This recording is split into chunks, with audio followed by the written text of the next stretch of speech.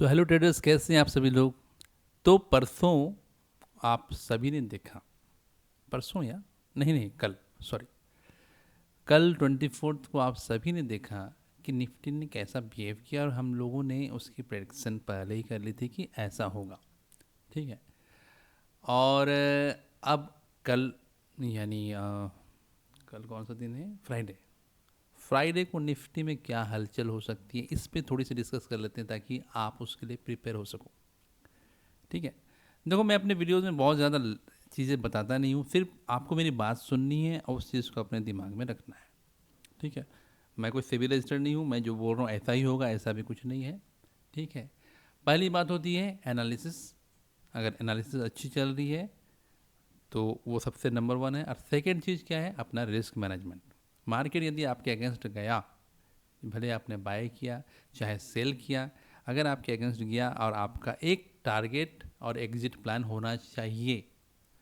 Target और exit plan अगर नहीं है तो फिर आप ट्रेडिंग में कभी भी आगे नहीं बढ़ सकते। ठीक है। इस चीज़ को समझने में मुझे भी काफ़ी वक्त लग गया, तो यही चीज़ें मैं आपको बिल्कुल बता रहा हूँ। ट्रेडिंग में आप देखो दोनों तरफ पैसा बन रहा है कि नहीं, आप कभी भी ध्यान से देखना। जब मार्केट ऊपर जा रहा है तो बन रहा है ना, फिर नीचे आ रहा है फिर बन रहा है कि नहीं। दोनों साइड पैसे बन रहे हैं। तो जब पैसे बन रहे हैं तो फिर भी हम लॉस में क्यों आ रहे हैं, क्योंकि हमारे पास एक टारगेट और एग्जिट प्लान नहीं होता है। ठीक है। और एक एनालिसिस की भी ज़रूरत होती है, टेक्निकल एनालिसिस हमें बहुत ज़्यादा ज़रूरत पड़ती है। फंडामेंटल एनालिसिस बोलो इक्विटी के मामले में, या फिर हमारा हमारा जो इंडेक्स है उसमें हम जो ऑप्शन ट्रेडिंग करते हैं, टेक्निकल एनालिसिस होनी बहुत ही ज़्यादा ज़रूरी है। अगर ये दोनों चीज़ें गायब हैं आपकी डिक्शनरी में, आपकी ट्रेडिंग में, देन आप प्रॉफिट नहीं कर पाओगे। और यदि दोनों चीज़ों का आपने बिल्कुल डिसिप्लिन के साथ यूज सीख लिया तो देखो आप धीरे धीरे कछुए की चाल से स्टार्ट तो करोगे, लेकिन जैसे जैसे आप आगे बढ़ते जाओगे ना, आपकी चाल जो है चीते की तरह भी हो जाएगी। यस, आप बिलीव करके देखो, आपके साथ ये होगा ही होगा। तो चलो देखते हैं कल निफ्टी में क्या लेवल्स बढ़ रहे हैं। देखो, मार्केट या तो ऊपर भी खुल सकता है, नीचे भी खुल सकता है। ये पूरे ट्रैप्स होते हैं। कल भी देखो मार्केट गिर के ऊपर गया था ना।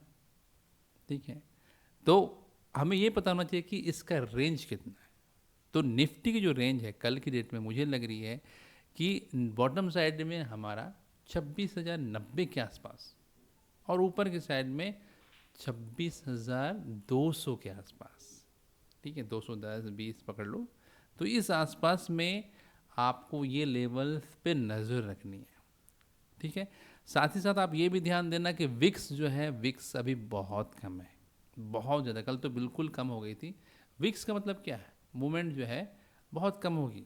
लेकिन स्टार्ट में जो होता है ना, स्टार्टिंग में जो हमें ऊपर दिखता है या फिर नीचे दिखता है, उस वक्त विक्स में एक तेज़ी आती है। तो उस समय आपको ट्रेड लेने से बचना चाहिए यदि आप ऑप्शन सेल करते हो।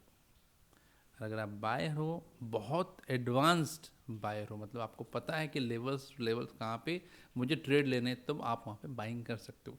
लेकिन बाइंग में पैसा अभी मुश्किल से ही बन रहा होगा क्योंकि बिक्स बहुत कम है। ठीक है।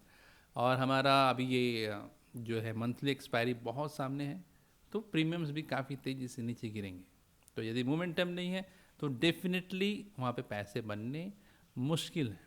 प्लस एफ वगैरह जो हैं जितने भी हैं, अभी क्रिसमस की छुट्टियों में व्यस्त रहते हैं, तो वॉल्यूम वगैरह बहुत कम रहेगा।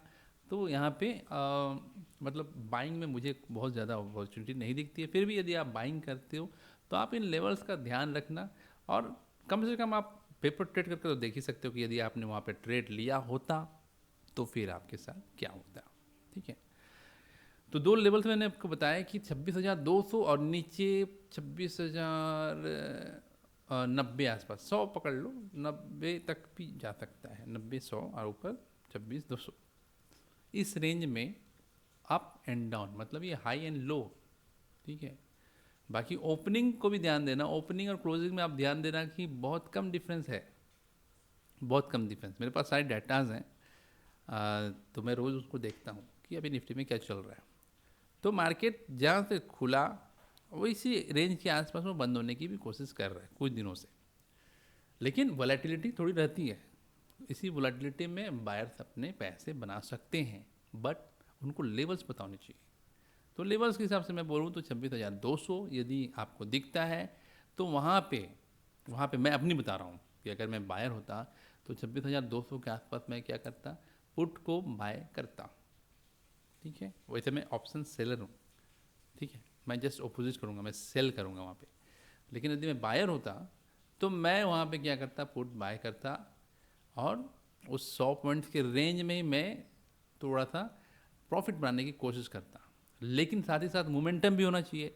अगर मोमेंटम ही नहीं है निफ्टी में तो डेफिनेटली मेरे पैसे नहीं बनेंगे, तुरंत डीके मेरा मार खाने लगेगा।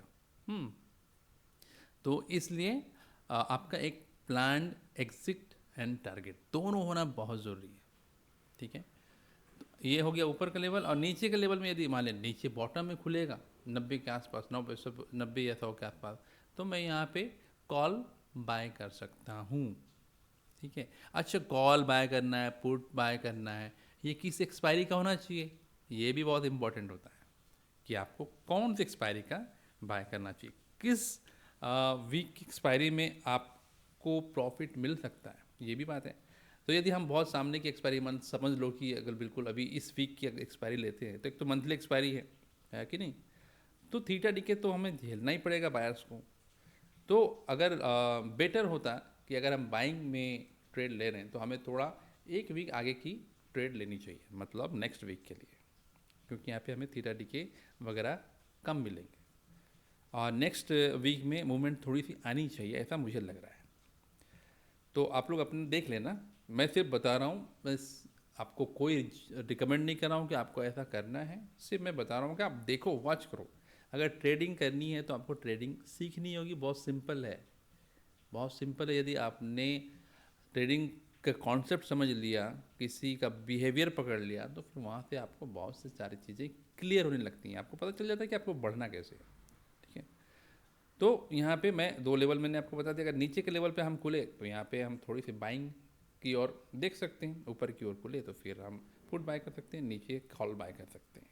ठीक है, लेकिन हमारा जो है स्टॉप लॉस प्री डिफाइंड होना चाहिए कि इससे ज़्यादा मुझे लॉस नहीं लेना है।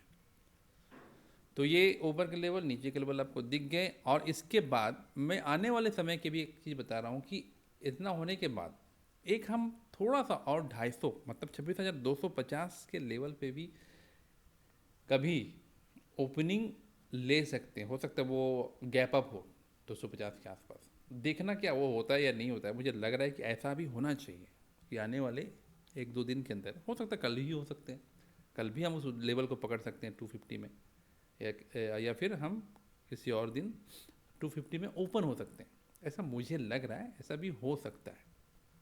ठीक है, और उसके बाद फिर जो है हमारी निफ्टी को नीचे की ओर ही जानी चाहिए, स्लोली स्लोली, आहिस्ते आहिस्ते।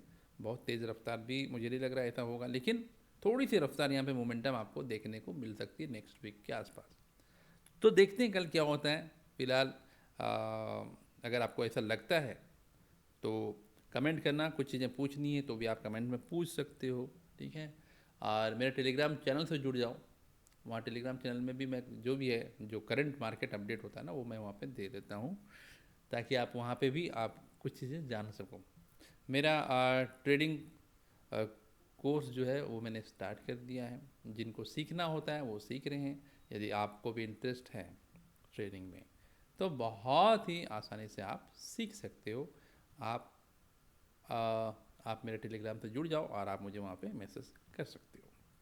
तो मिलते हैं फिर कल मॉर्निंग में। यदि कोई बड़ी अपडेट हुई तो मैं आपको अपडेट कर दूंगा, अदरवाइज शाम को फिर मिलते हैं। तब तक के लिए bye, happy trading and good day and जय हिंद।